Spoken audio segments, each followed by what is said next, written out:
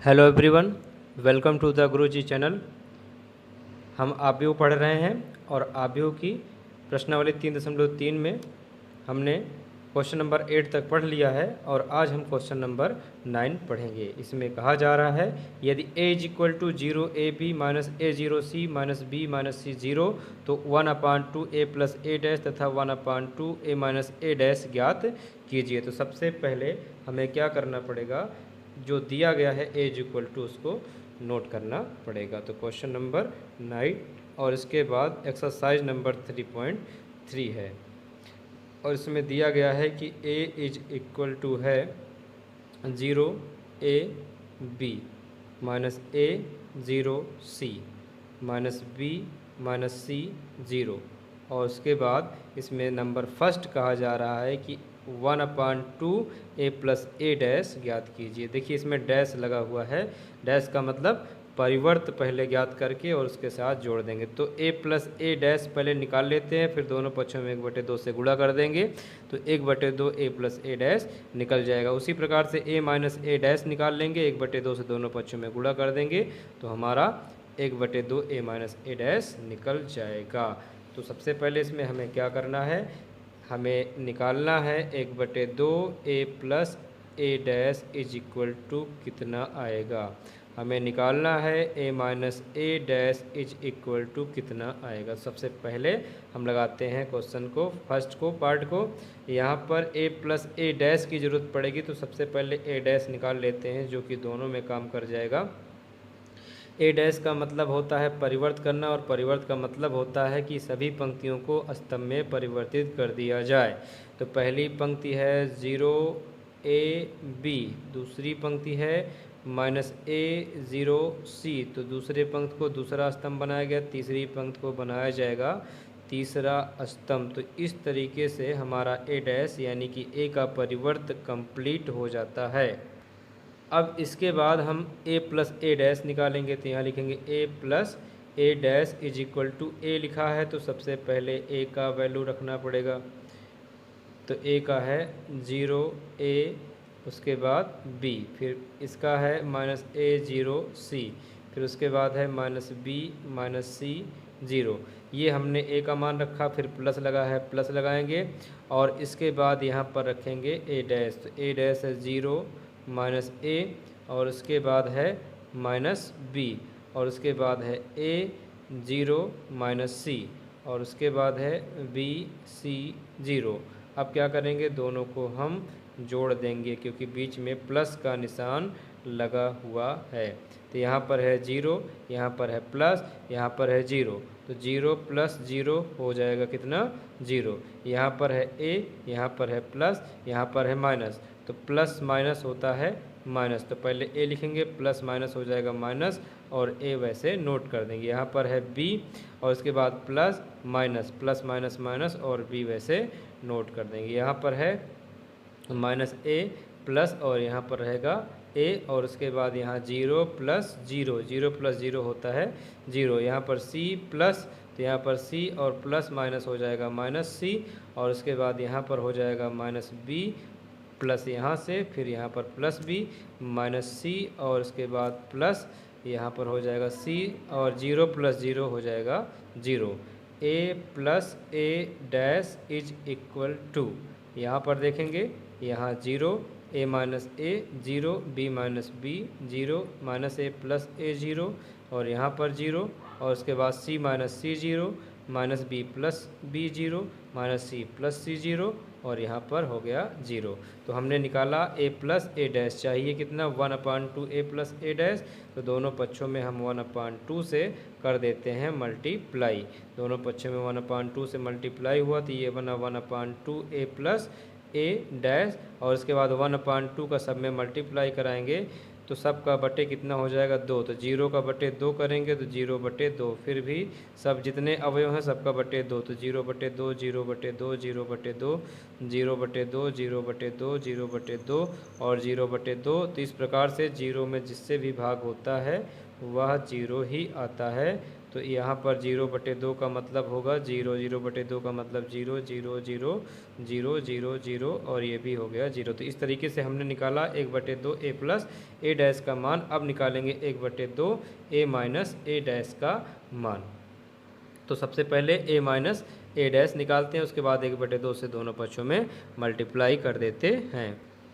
यहाँ पर लिखेंगे a माइनस a डैश। तो सबसे पहले हमें रखना पड़ेगा a का मान, और a का मान है 0ab minus a0c minus b minus c 0, 0ab और उसके बाद माइनस a0c और उसके बाद माइनस b माइनस c और 0 और माइनस अब हम रखेंगे किसका मान, a डैश का मान। तो a डैश का मतलब a का परिवर्त किया गया है। तो a का परिवर्त यहाँ लिखा है 0 minus a minus b, a0 minus c, b c 0 दोनों एक। तो हम यहाँ पर लिखते हैं a डैश का मान, a डैश का मान है 0ab minus a0c minus b minus c 0। अब इसको इससे माइनस करेंगे तो a minus a dash is equal to, यहाँ पर 0 माइनस 0 हो जाएगा 0, यहाँ पर है a माइनस माइनस हो जाएगा प्लस a, यहाँ पर है b माइनस माइनस हो जाएगा प्लस b और इसके बाद यहाँ पर है माइनस a, यहाँ पर भी रहेगा माइनस a, यहाँ पर 0 माइनस 0 हो जाएगा 0, यहाँ पर है c minus minus plus c और उसके बाद यहाँ पर माइनस b और माइनस यहाँ पर भी रहेगा b, यहाँ है माइनस c और यहाँ भी रहेगा माइनस c, यहाँ पर 0 माइनस 0 हो जाएगा 0। तो यहाँ पर निकल कर आया a minus a dash is equal to 0, a plus a 2a b plus b 2b minus a minus 2a और 0 c plus c 2c minus b minus 2b और उसके बाद माइनस c माइनस 2c और यहाँ पर आया 0। अब इसके बाद क्या करना है, हमें 1/2 a माइनस a डैश निकालना है। तो दोनों पक्षों में 1/2 से मल्टीप्लाई कर देते हैं। तो 1/2 a minus a dash is equal to 1/2 से सब में मल्टीप्लाई कराएंगे तो सबका बटे हो जाएगा 2, तो 0 का बटे 2, 2a का अपान 2, 2b का अपान 2 माइनस 2a का अपान 2, 0/2, 2c अपान 2 माइनस 2b अपान 2 और माइनस 2c अपान 2, 0/2। अब इसके बाद यहाँ पर लिखते हैं 1/2 a minus a dash is equal to 0/2 हो जाएगा 0, 2 से 2 कैंसिल आउट तो यहाँ बचेगा a, 2 से 2 कैंसिल आउट यहाँ बचेगा b, 2 से 2 कैंसिल आउट यहाँ बचेगा माइनस a, 0/2 0, 2 से 2 यहाँ पर बचेगा c, 2 से 2 आउट तो यहाँ पर बचेगा माइनस b, 2 से 2 कैंसिल आउट यहाँ बचेगा माइनस c और 0/2 होता है 0। तो इस तरीके से आ जाता है 1/2 a माइनस a डैश का मान। तो क्वेश्चन नंबर 9 होता है कंप्लीट। अब हम क्वेश्चन नंबर देखेंगे 10। क्वेश्चन नंबर 10 में है निम्नलिखित आव्यूहों को एक सममित आव्यूह तथा एक विषम सममित आव्यूह के योगफल के रूप में व्यक्त कीजिए। क्वेश्चन नंबर फर्स्ट है 3, 5, 1 माइनस 1। तो यह सवाल किसी के बराबर नहीं, अर्थात यहाँ a के बराबर होना चाहिए। तो सबसे पहले हम क्या करते हैं, इसको हम a के बराबर लिख लेते हैं, उसके बाद बताते हैं कि क्या करना पड़ेगा।